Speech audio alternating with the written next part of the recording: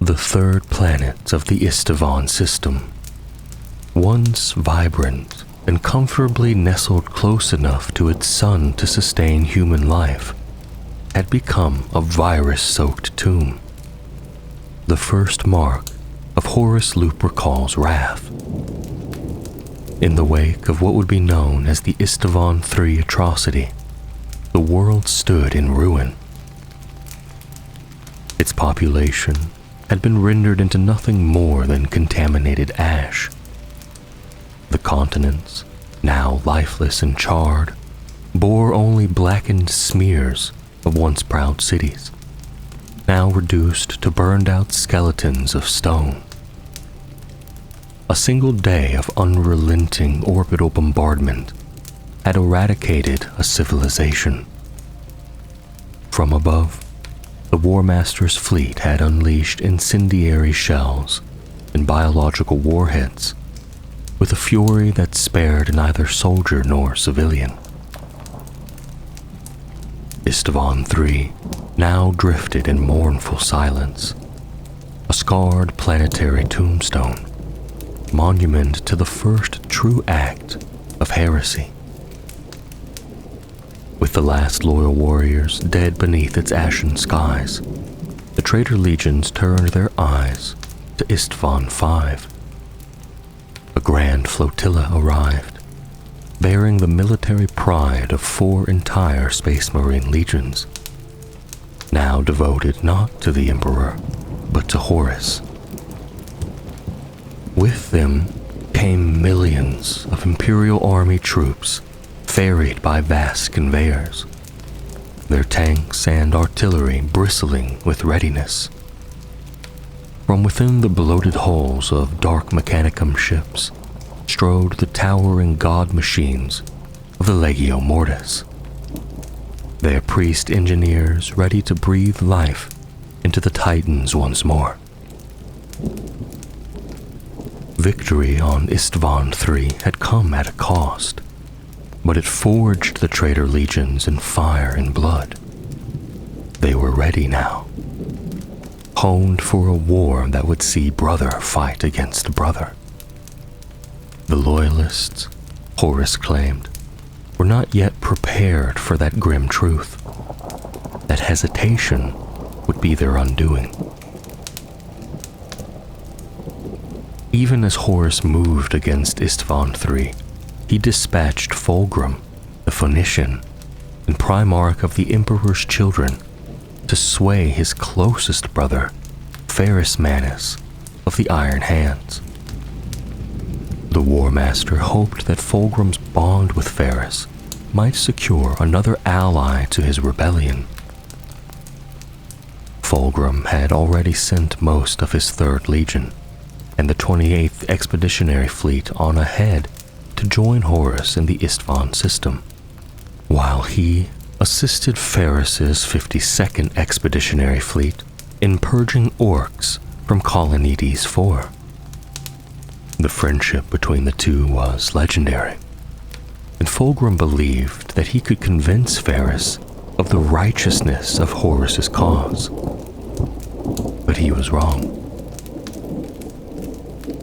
Their meeting, held in the Anvilarium aboard the Fist of Iron, ended in outrage. Ferrus Manus was horrified that his brothers would betray the Emperor, and his fury ignited into violence. He struck at Fulgrim with his necrodermis-forged hands, attempting to shatter the golden blade Fireblade. But the sword held. Its defiance exploded in Ferrus's grip, knocking him unconscious. Fulgrim, now tormented by the demonic whispers of Slaanesh, stood poised to kill his brother with the Warhammer Forgebreaker, a gift he had once forged in love. But he could not bring himself to strike. Instead, he took the hammer and left behind Fireblade in its place, a bitter inversion of their brotherhood.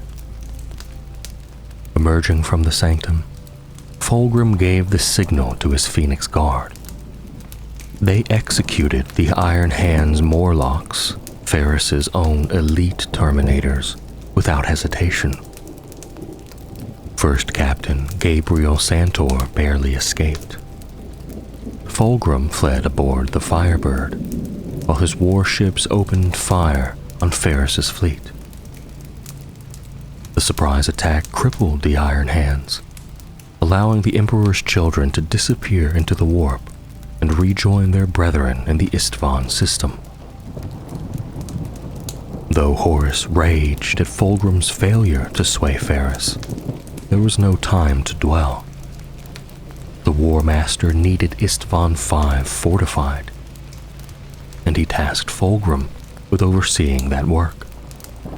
Fulgrim, insulted by the perceived menial labor, was appeased only when Horus insisted the task was critical. So, Fulgrim set to work in the ruins of ancient alien fortresses, overseeing Dark Mechanicum laborers as they sculpted black sand into trenches, redoubts, and artillery nests.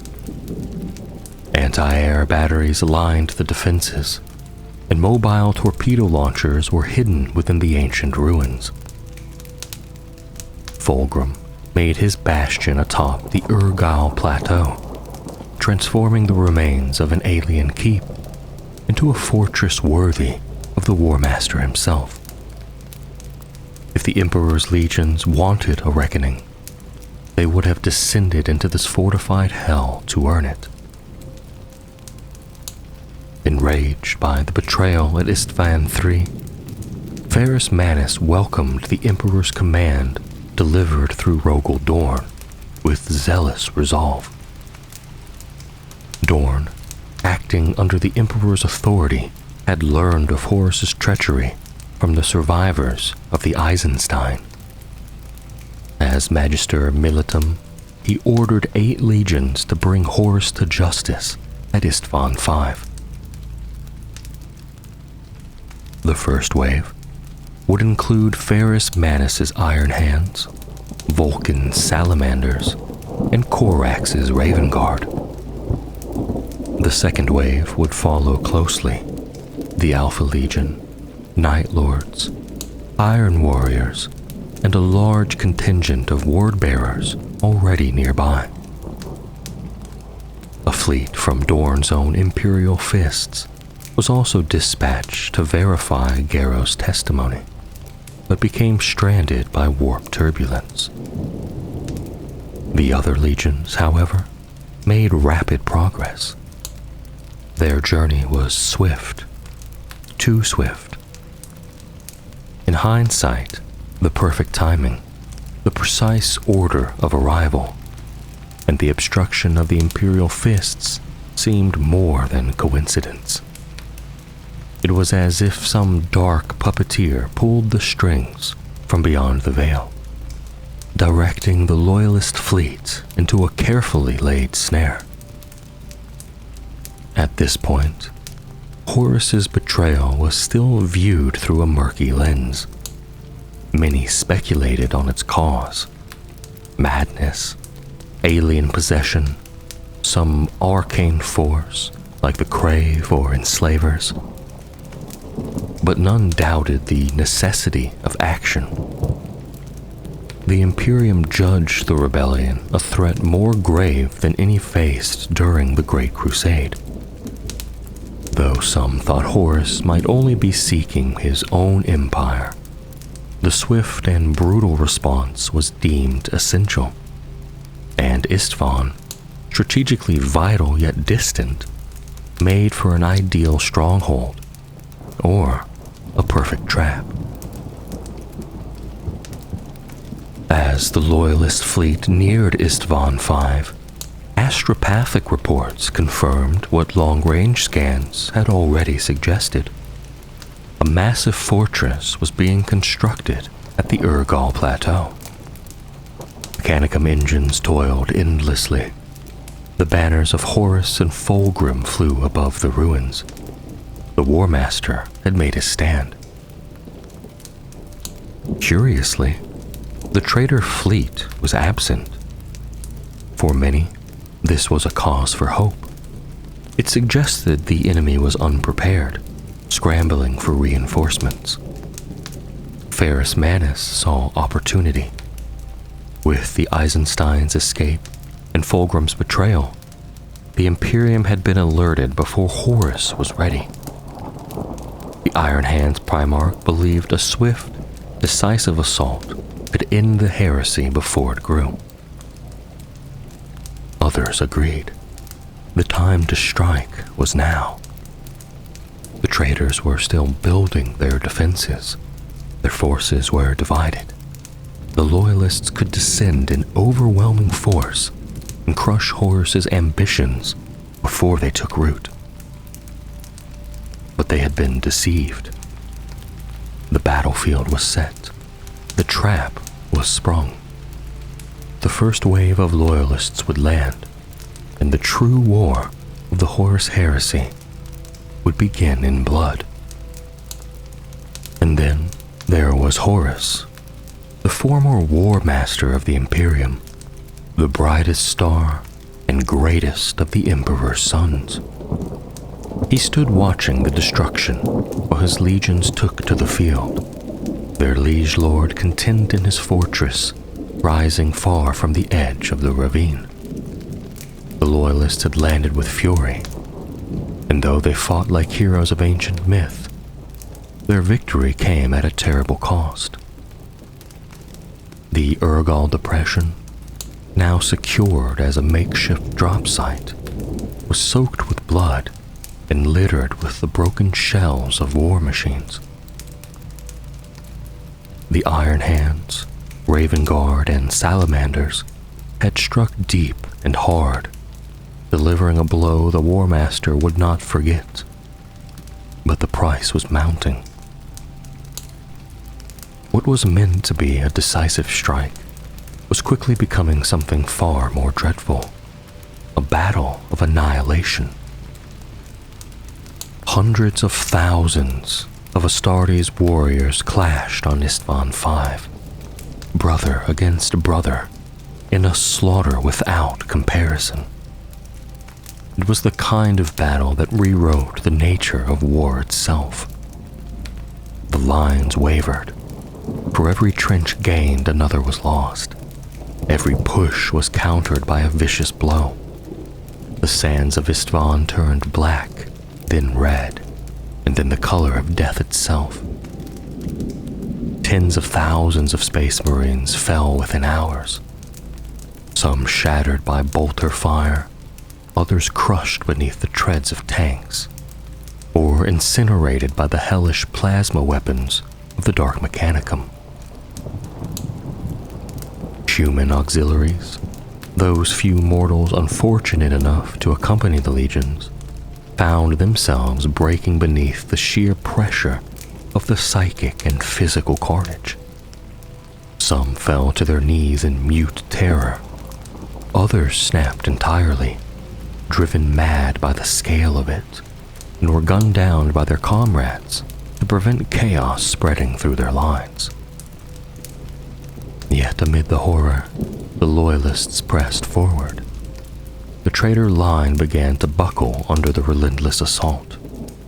Victory seemed within reach. And then came the Titans.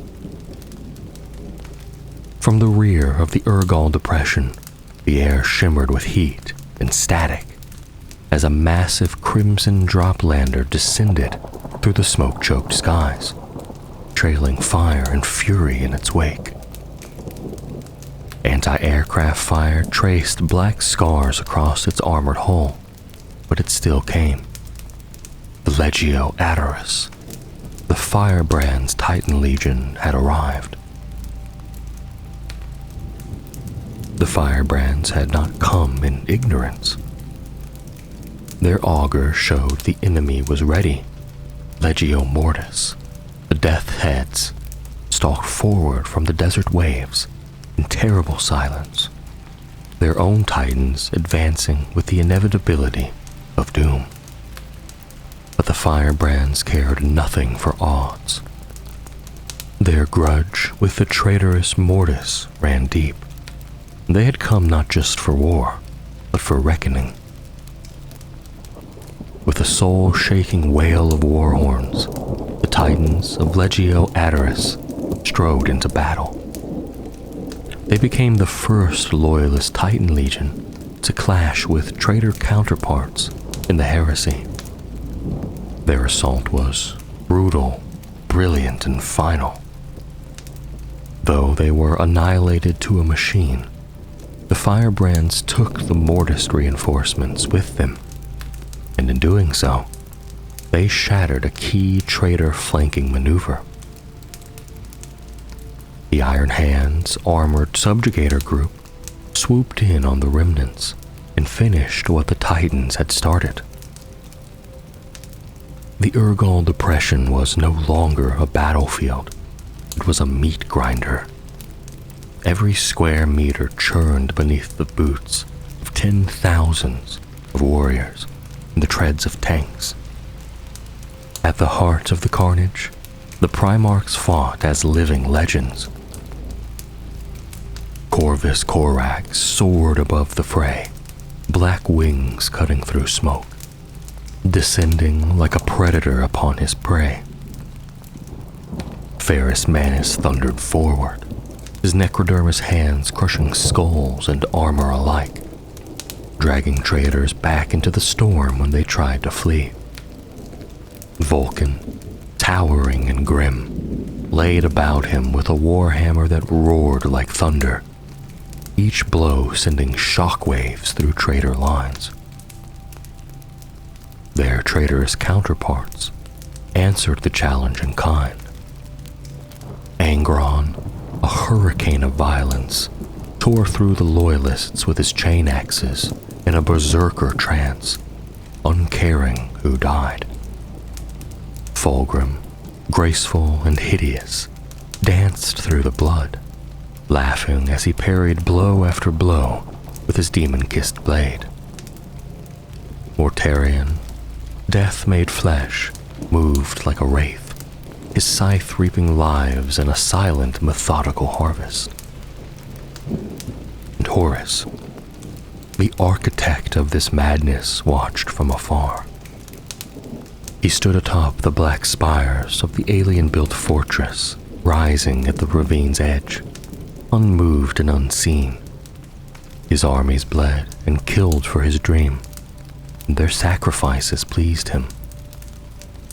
At last, above this maelstrom of grinding ceramite, booming tank cannons, and shattering bolters, the gunships, drop pods, and assault landers of the second Loyalist wave burned through the atmosphere on screaming thrusters.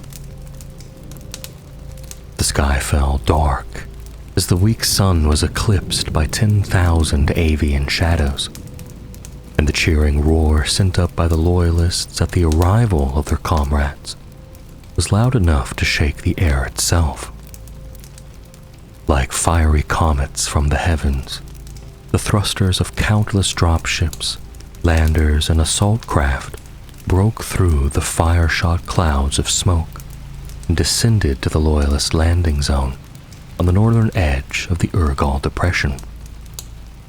Descending with all the pomp of heroes came the Alpha Legion, Word-Bearers, Night Lords, and Iron Warriors. Names still spoken with reverence, symbols still painted with the colors of the Emperor. The Loyalists welcomed them, and the traitors smiled. At once, the traitor legions shifted, falling back in an orderly, calculated withdrawal. Ferrus Manus, driven by righteous fury and wounded pride, ignored the cautious words of Corax and Vulcan. He surged forward with his elite Morlocks, Terminators, Dreadnoughts, all crashing toward the enemy in a reckless bid to reach Fulgrim himself. He did not know that the jaws of the trap were about to close. The second wave came down in glory. Stormbirds and thunderhawks by the hundreds screamed through the poisoned skies of Istvaan V. their hulls polished and shining with the promise of salvation. They touched down on the northern ridge of the Urgal Depression, deploying with perfect formation and eerie precision. But these warriors, these so-called brothers, had not come to save. They had already cast their oaths in shadow, pledging their blades to chaos and to Horus. The Night Lords, under the pale-eyed shadow of Conrad Kurz. The Iron Warriors led by cold and calculating Perturabo. The Word Bearers, bearing the word of Lorgar Aurelian. And the Alpha Legion, enshrouded in lies, commanded by the elusive Alfarius. The second host was larger than the first, fresh and untouched. Their armor bore no scratches, their eyes no fatigue. But they arrived as executioners. The Iron Warriors secured the high ground immediately, building fortifications beneath the pretense of reinforcement. Prefab bunkers crashed into the soil from bulklanders, slammed into place by carrier claws.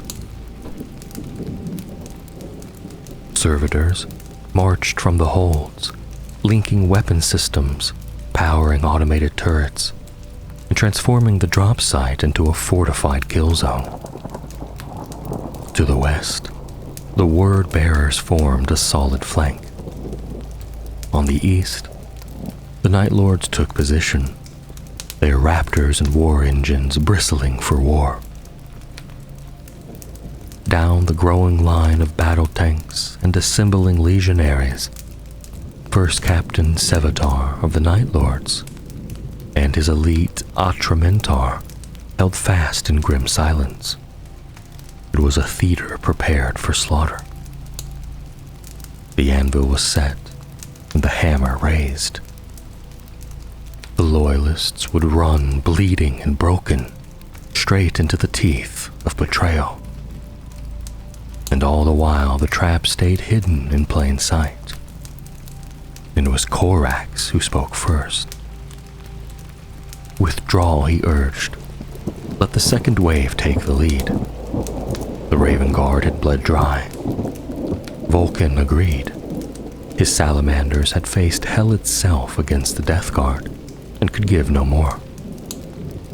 The wounds of the Loyalists were deep, their ammo near spent, their warriors exhausted beyond measure. Together, dragging their wounded and carrying their dead, Korvax and Vulcan began pulling their legions back to the drop site to regroup, resupply, and to survive. They sent out hails, Vox signals begging for aid, requesting Medicae assistance and fresh ammunition. But the reinforcements said nothing. 100 meters from their brothers, the first wave drew near, and still only silence. And then the sky cracked. From within the black alien fortress that served as Horus's lair, a lone flare shot high, bursting into a crimson blossom that painted the heavens with betrayal. Guns roared. 1,000 barrels opened fire. Bolters screamed and missiles shrieked as the allies of the second wave unleashed death upon their unsuspecting kin. The Raven Guard and Salamanders fell by the hundreds in the opening salvo, then by the hundreds more in the seconds that followed. On the field below, the retreating forces of the first wave turned and fired. The trap was now fully sprung. World Eaters, Death Guard, and Sons of Horus turned their weapons inward, crashing into the elite Iron Hand veterans at close range. The warriors of Medusa, stubborn and unyielding, fought like wounded gods. But they were outnumbered, surrounded. the Iron Hands would not survive. The front line of the Raven Guard crumbled, shredded by bolter shells and las fire.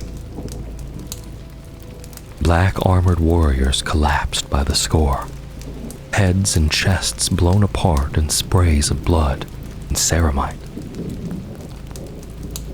As survivors crawled through the gore, they were finished off in brutal silence by merciless volleys from bastion turrets and predator cannons. Word-bearers to the west unleashed hell from their land raiders and siege tanks. 3 figures stood atop an ornate command tank, its hull adorned with bronze banners and cursed scripture. Cor Pharaon, master of the faith. Erebus, the fallen architect of Horus's damnation. And towering above them both, Lorgar, wide-eyed and reverent, watched his brothers murder each other. Fulgrim and Ferris, locked in a furious duel, drew his attention. Their blades flashed in the sun like echoes of lost brotherhood. For a moment, Lorgar faltered. A seed of doubt stirred in him. But Cor Pharaon's whispers smothered it, and Lorgar gave the order. The word-bearers charged. At point-blank range, they butchered the Raven Guard and Salamanders.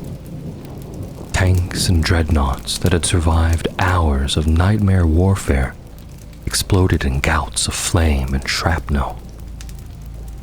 The Night Lords descended like shadows, raining phosphex and cluster bombs. Raptors screamed through the skies in mad joy. Behind the lines, the Alpha Legion struck with surgical precision, slaughtering apothecaries and support crew without mercy. Iron Warrior siege batteries opened fire. The Stor Bazash guns spoke. Whirlwinds, Minotaurs, Cerberus tanks. Artillery laid waste to Loyalist positions, tearing through Imperial Army battalions and drop zones. The sky fell, and the Loyalists fell with it. The battle was lost, the betrayal complete. Among the Loyalist leaders, hope now fought with despair. Vulcan, ever the bastion, urged retreat, to fall back to the drop ships and hold the perimeter.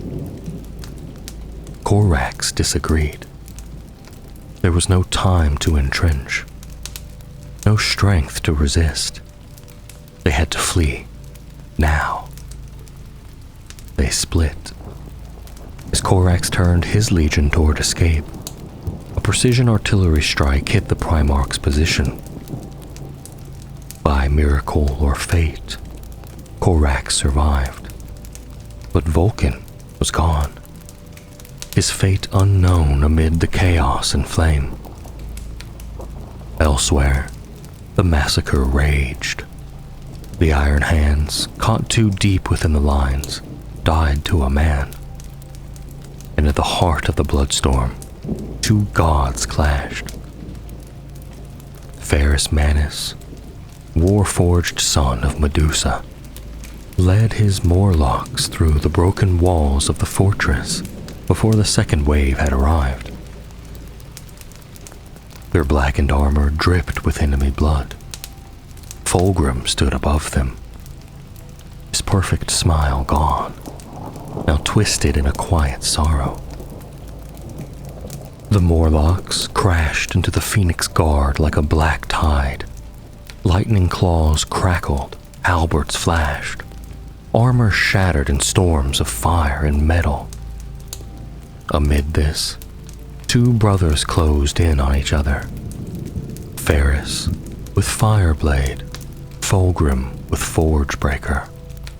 The very weapons they had once gifted each other in love, now were wielded in hatred.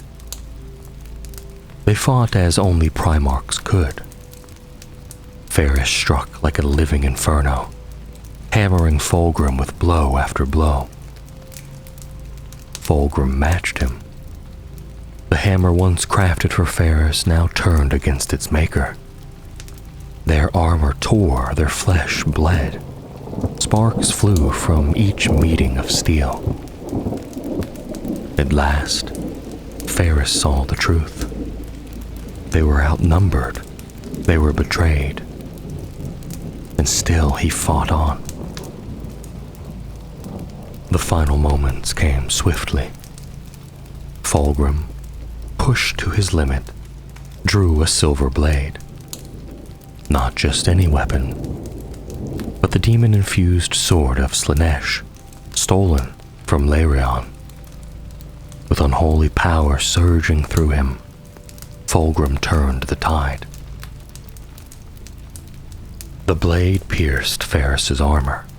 The Iron Hand's Primarch fell to one knee, fire blades slipping from his grasp. Fulgrim raised the demon blade to end him, and hesitated. For a heartbeat, he saw the monster he'd become. The lies, the corruption, the ruin. He fought against the sword, against his own arm, but he could not stop. Ferris, gasping, reached for Fireblade. Flames reignited in his grip. Too slow. The sword fell, and in an arc of silver fire, Fulgrim decapitated his brother. Ferris Manus, the Gorgon of Medusa, died beneath the weapon of his most beloved brother. The Iron Hands would never recover, and the Horus Heresy had only just begun. While Fulgrim and Ferris Manus crossed blades in one corner of Istvaan V, another storm of blood was breaking loose on the opposite front. The Raven Guard, weary and battle-scarred, found themselves face to face with a new threat, the traitorous word-bearers. At their head stood not only their crimson-armored brethren, but a trinity of darkness. Primarch Lorgar, First Captain Cor Pharaon, and First Chaplain Erebus. The clash was immediate and brutal, brother against brother in bitter fury. Then came the Galvorbak, Astartes who had surrendered their very souls to demonic possession. These crimson warriors were Lorgar's blessed sons, monsters wrapped in ceramite and wrath. They descended upon Corvus Corax with hunger in their eyes and unholy strength in their limbs. But against the Raven, their numbers meant nothing. Corax, Primarch, Ghost, Predator, was a whirlwind of death. His black talons sang through air and flesh alike, cutting down the possessed warriors as though they were but children. Lorgar watched in horror as his finest creations were eviscerated before him. And when the last of the Galvorbak stood teetering on the brink of destruction, the Urizen himself intervened, shielding what remained of his sons from final death. But Corax was no longer bound by restraint. He became wrath incarnate. No rage, no anger. It was something far purer. A raven storm torn loose from the skies.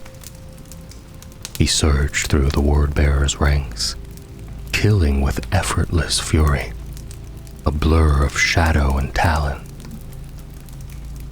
Over the box, the dying screamed for salvation, their pleas dissolving into static and blood. Argel Tau, leader of the Galverback, and Crimson Lord of Lorgar's vision, stepped forward to meet his fate. He would not die a coward. Meanwhile, Lorgar mirrored his brother's fury. Gone was the scholar priest. What remained was a storm of Crozius and contempt. Yet as the Ravenguard fell, their black bodies shattered beneath his wrath. The word-bearers too faltered before Corax. Then Lorgar froze. Across the field, Corax was tearing through the Galvorback like parchment. His warriors fled before him, leaving behind their dead in drifts across the soil. Poor Pharaon and Erebus barked warnings, but Lorgar ignored them. With a cry of defiance, the Urizen broke into a sprint. Over corpses, over soil, over the broken remnants of what had once been a brotherhood. For 2 centuries, he had barely spoken to Corax. They had never been close. But now, watching the Raven Lord annihilate his legion, Lorgar found no desire to convert his brother. There was no dream of enlightenment, only fire in his eyes. And at last, he'd let it burn.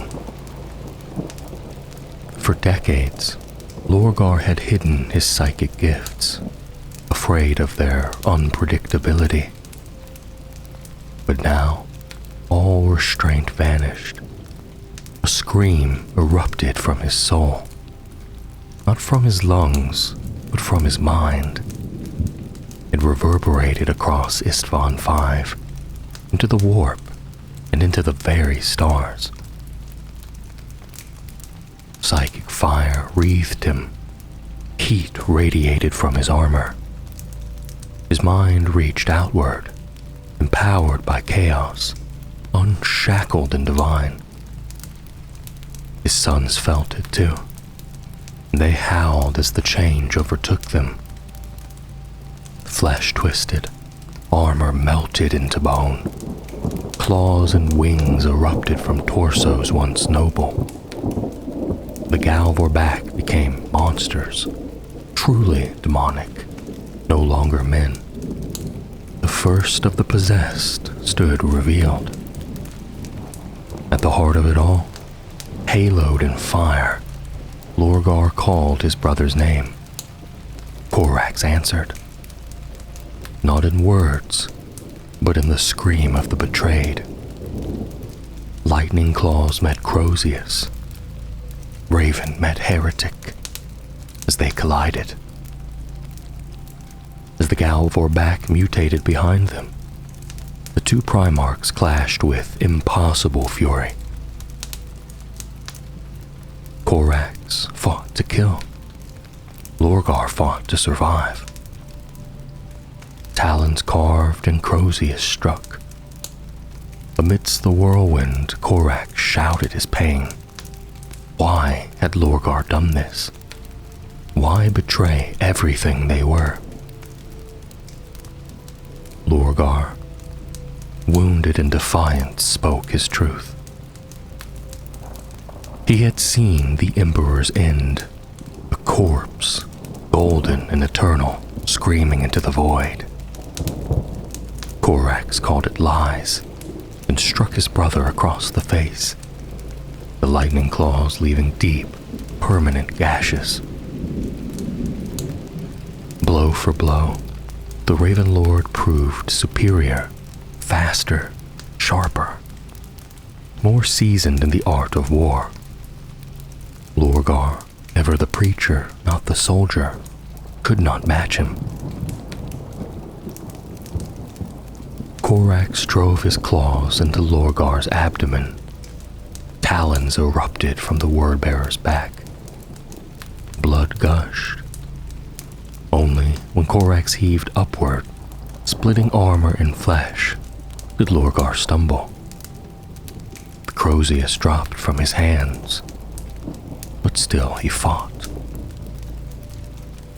Lorgar grabbed Corax's throat, headbutting him again and again, shattering nose and cheek. But the Raven Lord did not yield. He ripped his claws free, tearing more than just flesh. Lorgar fell to his knees. The Corax stepped forward, one claw raised to deliver the death blow. But another claw caught it. Black eyes met black eyes. Pale skin mirrored pale skin. Two monsters, two brothers.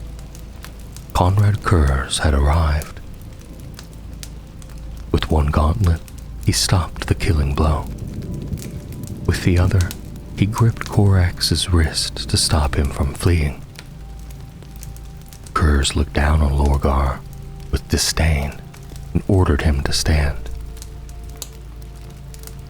Corax, ever the predator, fired his flight pack, fuel erupting into jets of fire. The Raven Lord broke free, tearing loose from Kurz's grip and streaking into the sky. Kurz's laughter followed him. Then he shoved Lorgar back toward his legion.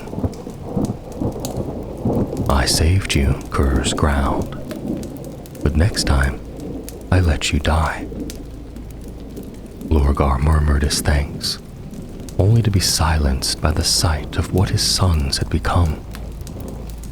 Demonic, twisted, horned and spined, leering skull helms and claws for hands. Rancid, Kurz spat. You're more foul than Lorgar. You're rancid. Elsewhere on the battlefield, the Loyalists were being bled dry. Caught between the second wave's betrayal and the traitors on the front lines, the Salamanders and Raven Guard stood alone. And yet, they were Astartes. They did not yield. They fought like cornered gods. Each death traded for 3 of the enemy. But even then, it was not enough. Iron warriors opened from the drop site, their bunkers and artillery vomiting hell. The Loyalists were trapped in a vice of steel, fire, and murder. Chaos Space Marines surged from the Urgal Hills, word-bearers and Alpha Legionaries casting off loyalty, firing upon their once brethren with gleeful hatred. The Dies Irae, an Imperator-class Titan, strode into battle like a demon of legend. Every cannon blast was an earthquake. Firestorms vaporized squads and melted the desert into glass. Traitor tanks flattened the wounded beneath their tracks, their guns roaring with the madness of betrayal. But still the Loyalists fought. Then came Mortarion, then came Angron, and with them the massacre became complete. Thousands fell beneath their blades. Bolstered by the Dies Irae, the traitor legions rampaged through the ranks. At the height of the slaughter, the War Master himself descended. Horus, surrounded by Justerin Terminators, flanked by what remained of the Mournival, he walked like a demigod through fire. Black armor, gold trim, amber sigils burning with power. The killing fields of Istvaan V ran red. Escape was no longer possible. Iron Warriors had destroyed the Loyalist dropships, and above, the second wave's fleet had turned its guns on the first, annihilating their brothers in orbit. A few Loyalists survive. By miracle or madness, they broke free of the traitor ring. The Raven Guard escaped in greater numbers. The Salamanders less so. But they did not leave alone. Some among them carried Iron Hand survivors with them, refusing to abandon their kin. As for Vulcan, he made his last stand. Surrounded, he and the Salamanders held out until the end. The Iron Warriors, seeking finality, unleashed a tactical nuclear warhead. The blast engulfed all. Vulcan was presumed dead, but he lived. Unconscious and shattered, the Forge Lord of Nocturne was taken by Conrad Kurz, who would torture him for months to come. The Alpha Legion withdrew first. Objectives achieved, whispers trailing their retreat. Behind them, the Iron Warriors' guns fell silent. The victors gathered trophies, performed rituals, and surrendered to madness. Corax escaped, barely. Shot down while fleeing, his gunship crashed outside the Urgal Plateau.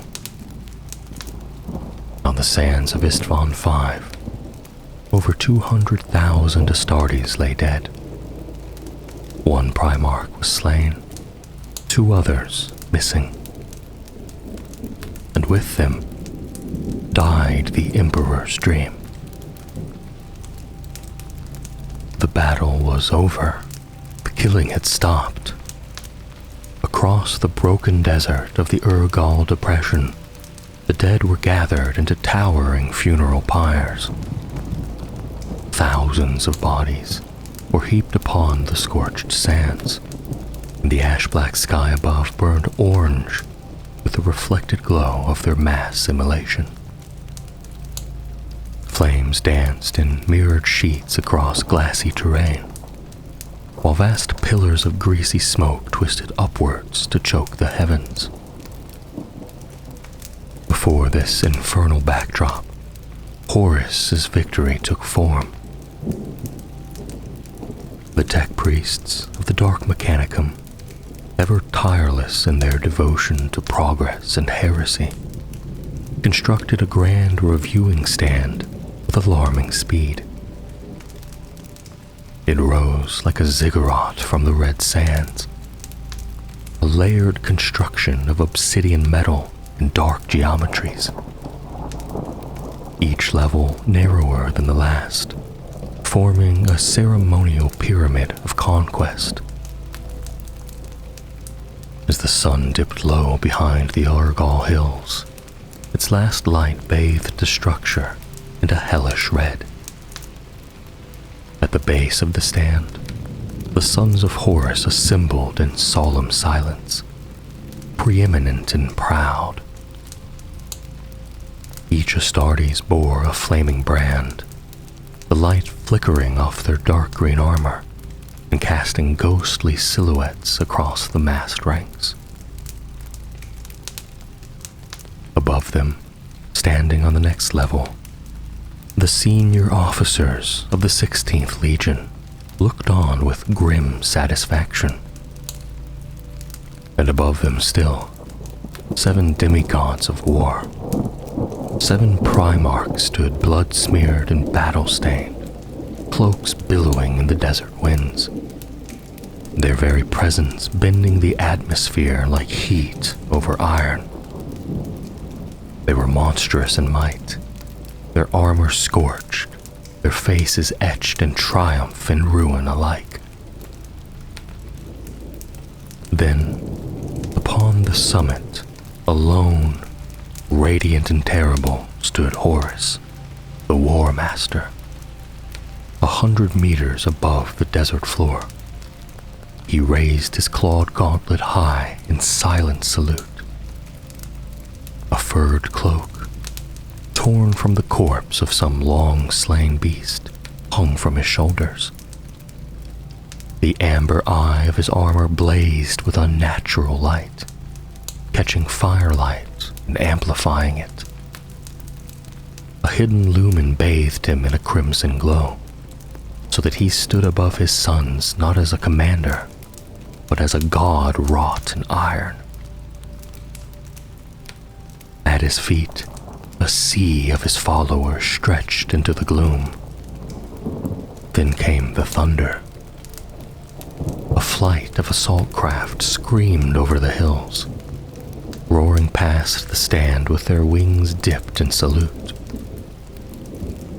At once, the massed Astartes below broke into a deafening roar. An ocean of voices raised in adulation. Wave after wave of cheers rose up from 10,000 throats, reverberating like cannon fire against the plateau. The very earth trembled with their cries. Their march began. In perfect formation, legionaries circled the stand. As they passed, they beat their fists against their armored chests, the sounds of their salutes rolling like war drums. And then, at some unseen signal, a spark ignited on the slope of the depression. Flames raced along the sand in a serpentine arc, tracing out a vast burning sigil. The Eye of Horus. It scorched itself into the earth, a flaming brand to mark the War Master's dominion. Thunderous cheers reached new heights. Super heavy tanks fired skyward in salute. Even the mighty Dies Irae bowed its steel head in reverence. Ash drifted like confetti through the air as the traitor legions cried out their triumph. Hail Horus! Hail Horus! But in the dying echo of that terrible ovation, it became clear the victory was not absolute. Despite the massacre, despite the betrayal, some loyalists had escaped. Small groups had broken out of the tightening noose, slipping through chaos and dust storms to vanish into the volcanic wilds. Some fled aboard stolen or commandeered gunships in the confusion. Others faded into the crags beyond the Urgal Plateau,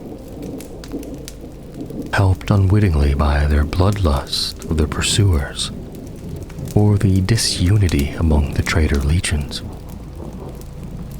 Even now, bitterness and contempt ran deep between the renegades. In orbit, the betrayal had also ignited. The loyalist fleet had suffered treachery and ambush, but not without resistance. Their ships, void shielded and battle alert, had absorbed the first blows and struck back. The void battle burned long after the slaughter on the ground had ended. Loyalist warships, scarred and broken, refused to retreat, lingering in orbit even as the odds stacked higher against them. They would not abandon their brothers below. Some fought to the bitter end. Others, crippled but defiant, managed to escape the system, pursued by the traitor fleets with wrath and fire on their heels. They carried away bitter truths and the seeds of vengeance. Istvaan V had fallen, the War Master had won, but the galaxy was far from finished. A firestorm had been ignited, and the whirlwind of galactic civil war had only just begun. The dark gods watched with hungry glee as the first harvest was reaped, knowing that many more would follow. What followed the Drop Site Massacre was not a clean execution, but a night of terror, a blood-stained descent into madness and desecration.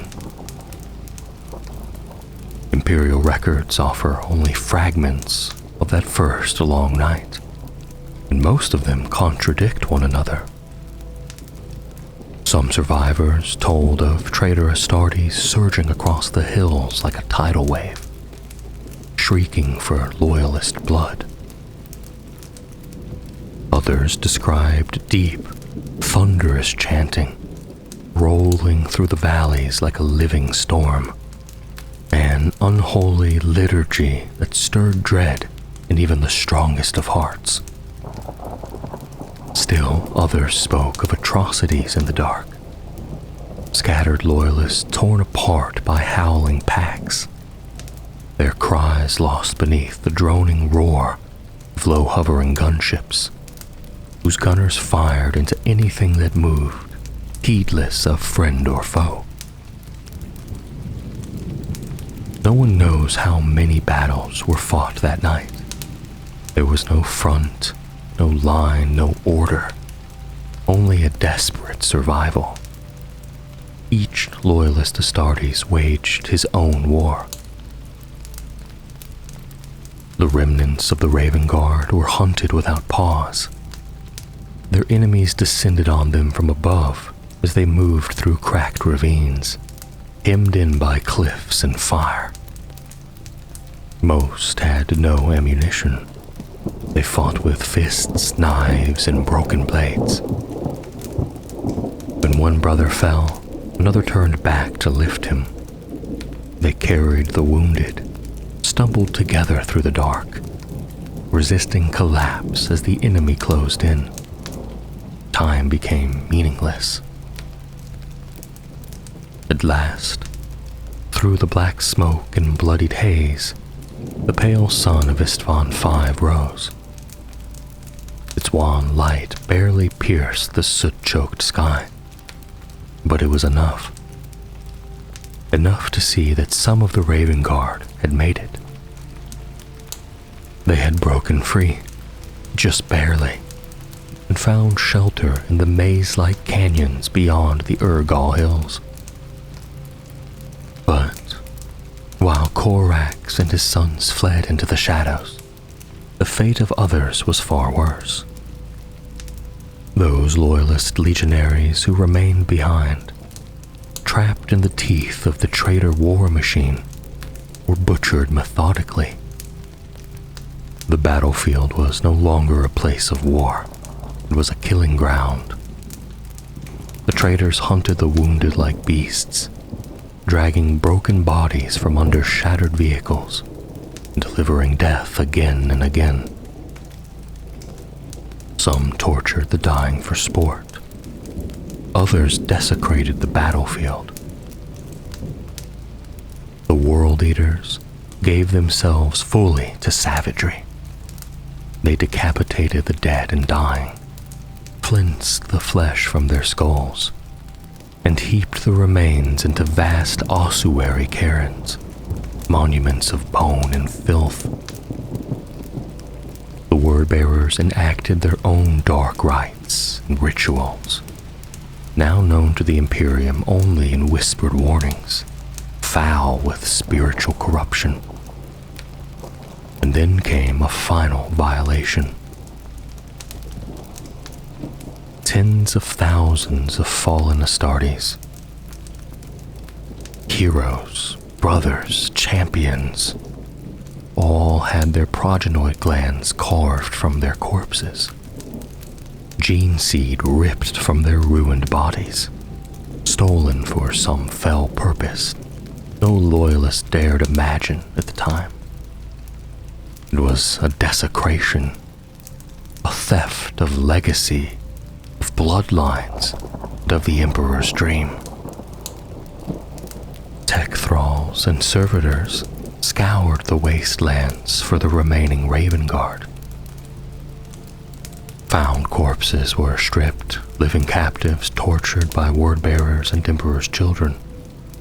And yet the Raven Guard continued to resist, sniping, sabotaging, striking in shadows. But it was still just a drop in the ocean. But then Corax saw an opportunity. A small Iron Warriors column strayed too far. The Raven Guard struck, annihilating it and tasting vengeance. But something worse emerged. Blind hunters. Mechanicum constructs designed to track and kill. Corax pressed on, ambushing a second column in the rifts. He personally slew a dreadnought from his past, signaling the massacre. None of the Iron Warriors escaped. Soon after, scouts warned of a third column near their sanctuary. Corax rallied every fighter. The battle was brutal but decisive. The Iron Warriors were shattered. Black rain fell as the blind hunters howled.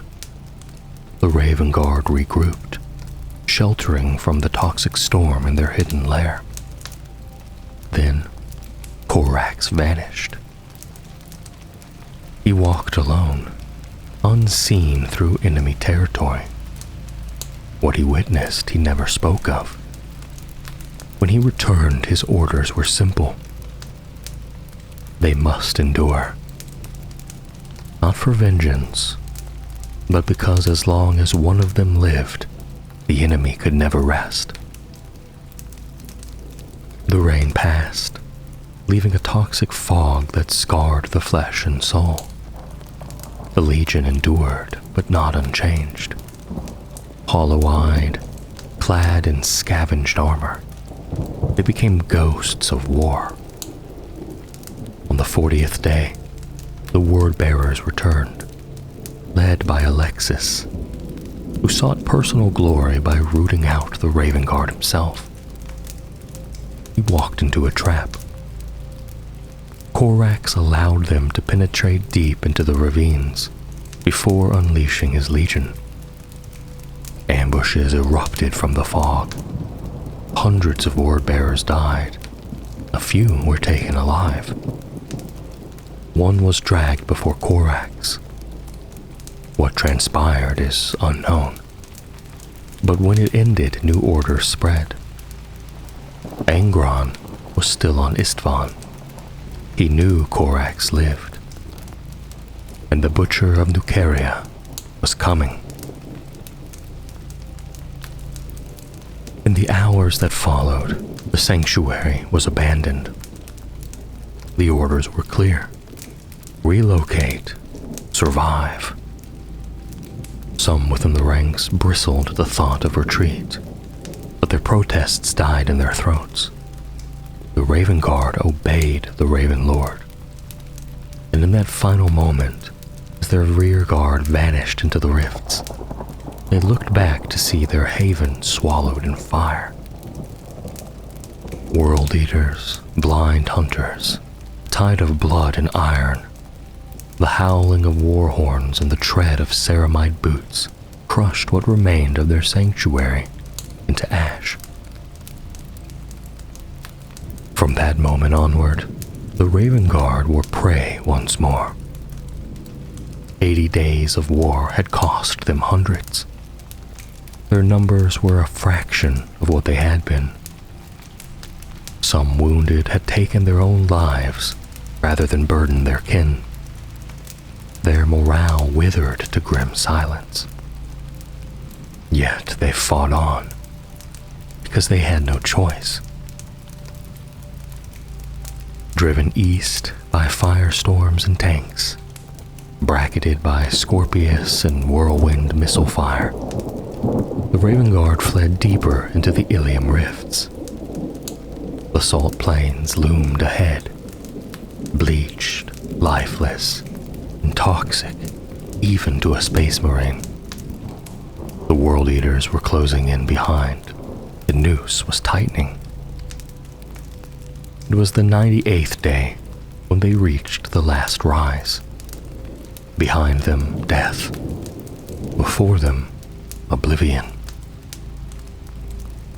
The Raven Guard, 3,000 strong, faced the oncoming storm. The blackened winds howled.